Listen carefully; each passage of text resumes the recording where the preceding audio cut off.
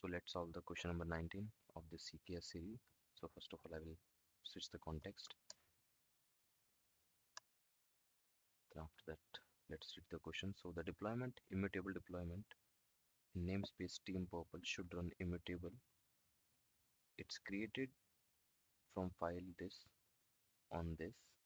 Even after a success break, it shouldn't be possible for an attacker to modify the file of the running container.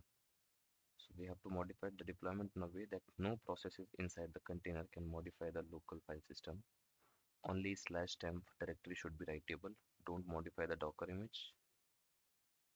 Save the updated YAML under this and update the running deployment. So it is talking about something immutability we need to understand, and if you have seen that it shouldn't be possible for an attacker to modify the file system of the running container, so no one can tamper the file that running inside the container. So first of all, let's see the deployment file of this.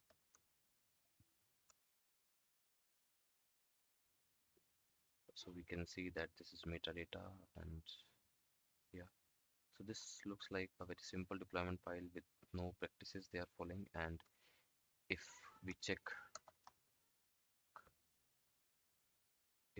the pods of this deployment which present in the namespace team purple, so there is one pod. So we have to play with this YAML file, and the point they are talking about the root file system, so we have to make sure that we need to use security context for that.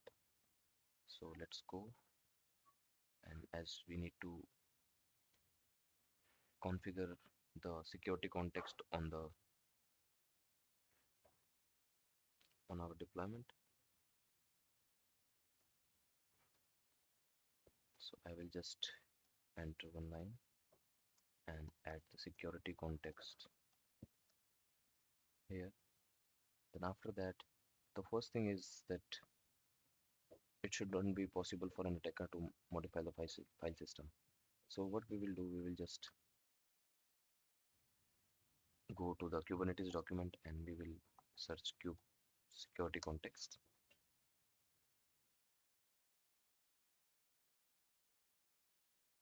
I will click on the first link. Then there should be something related to root file system, and you can see here read only root file system. I will just copy this and paste it here, and this should be true.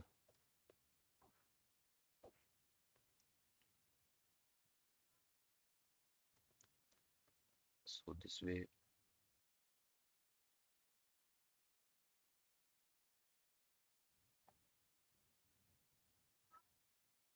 this way no one can tamper the file present in the container. Now we need to do something which is the only /tmp directory or temp directory should be writable, and we can't modify the Docker image. So for this, what we can do, we can just simply use volume mount, and then we will be able to provide the privileges for that.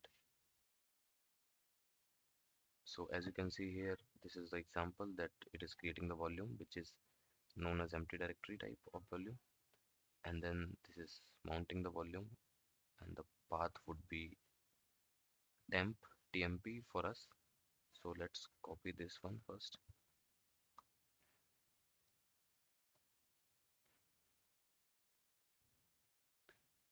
So make sure you add it under spec section. The volume section should be under spec section. So I'll just copy this, and the indentation should be correct. And let's check again here. Yeah, it is under this. Then now we have to add the volume mount. So for that, I'll just copy this, which is under command, but it's fine too. So this is under command. So what we will do, we will just keep it on the above of security context, or you can also keep it here. So I'll just keep it here. And again, I will check the indentation. It's fine.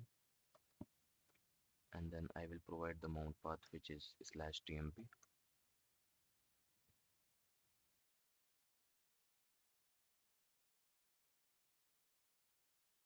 And then I will save this file, and let's apply this deployment.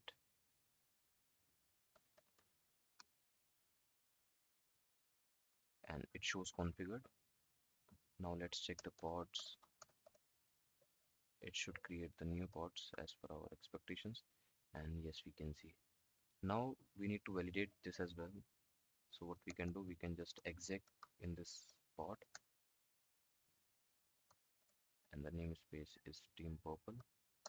I will just run sh, and let's try to create one directory, which is I'm creating Aman, and I can see that can't create directory Aman, read only root file system. Okay, so we can't create anything here.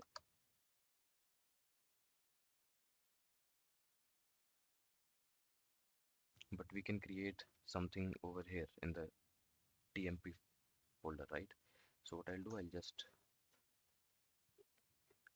create one directory here, and yes, I'm able to create it, and it should be visible here. Yes, we are able to see. So the container is running fine, and the deployment is also working as expected. Now we have to save the updated YAML under this, on this, and update the running deployment. So running deployment is already updated. Now we just need to save the updated YAML file. So what we will do, we will just use cp command. So this is our main file, and we have to copy this with deployment -new. And if we check the content of this file, it should contain security context, volume mounts, and volumes. Yeah, so it is working. So that's it for this question. Please check out the playlist for this CKS KillerShell series. The link is given in the description box, and also you can check out the pinned comment.